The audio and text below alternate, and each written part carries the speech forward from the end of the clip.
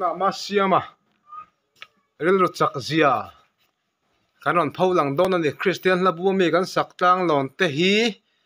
athunon kasoyanga anin atar bul la chang bul aron sei zel don ani kain zo dona zo na som ni kain zo tanga min lo chang thar thar don ani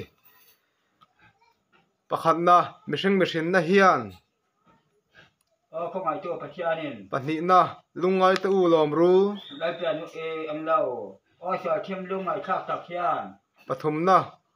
mangai na vamak em ti chu ka hla ni sela pangai na choi thiam ela palina a thempo kan the thei lo ni tin iswa ka thin lungin ka mai deuh dewa pangana ilomang urem na lal lo piang hi den pan moi chon hu te gol le to din parukna achung nung ber lim na ro pui to em pasari na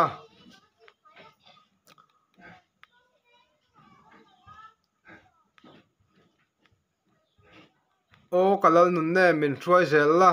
lai pian hun pang pa da gol le ta parian na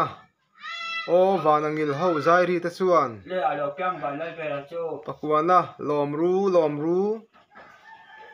mai men som to din ba kwa ta wan te som na olal pa isu lo kalro ila chu khang le ila lo kumin non ka san som pakhan na lom na lui pui luang ro se chan jam tu so le bai da ka da hianin som pahnih na zayo na mi an du lo kha apoi chu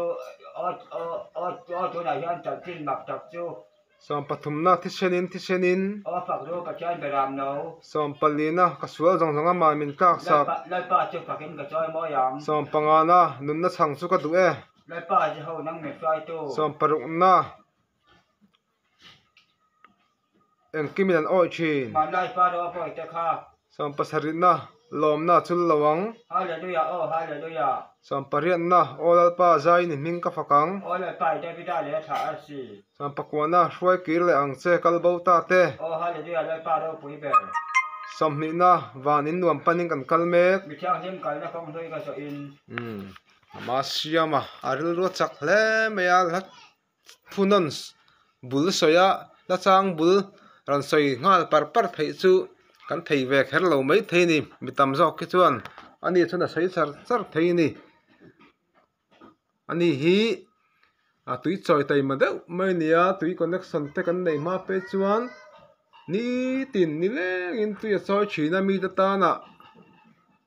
ronga bol thina